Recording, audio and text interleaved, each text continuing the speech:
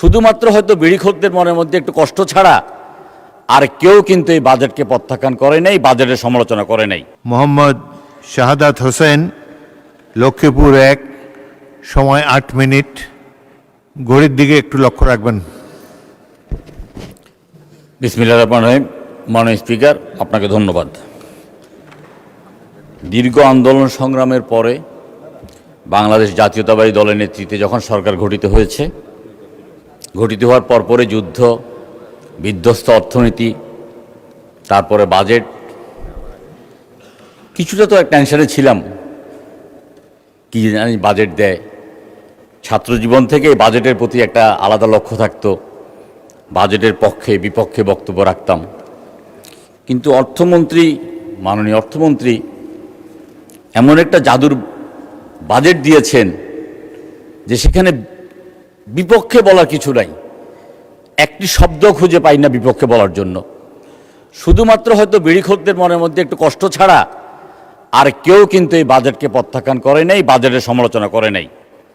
একটা বাজেট দেওয়ার পরে আমরা দেখি যে প্রতিনিয়ত প্রেস ক্লাবে প্রতিদিন 1টা 2টা 3টা 4টা সাংবাদিক সম্মেলন করে বিভিন্ন পেশাজীবীরা, বিভিন্ন বাণিজ্যিক প্রতিষ্ঠান, পত্রপত্রিকায় বিশাল বিজ্ঞাপন দেয় বাজেটের অসঙ্গতি নিয়ে।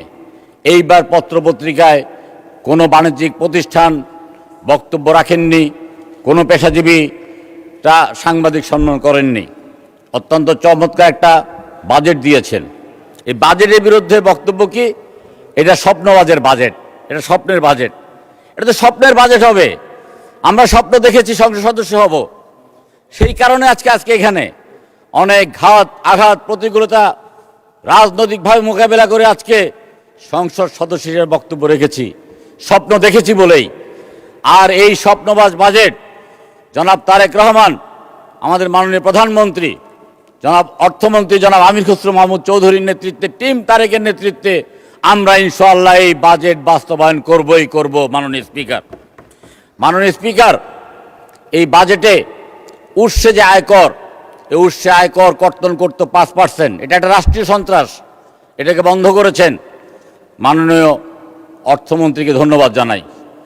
মাননীয় স্পিকার, শুধুমাত্র যদি বিগত সরকার কোনো একটি প্রকল্প যথাসময় শুরু করে নাই, যথাসময় শেষ করে নাই, প্রতিটি প্রকল্পে 5-10 গুণ পর্যন্ত অর্থ বৃদ্ধি করেছে, 5 বার 10 বার পর্যন্ত সময় বৃদ্ধি করেছে। শুধুমাত্র যদি প্রকল্প প্রণয়নে বাজেটটা ঠিক রাখে, ওই পর্দা এবং বালিশের কেলেঙ্কারি না করে এবং যথাসময়ে যদি আপনার প্রকল্প বাস্তবায়ন হয়, তাহলে এই বাজেট বাস্তবায়ন করা অসম্ভব কোনো কিছু নয়। মাননীয় স্পিকার,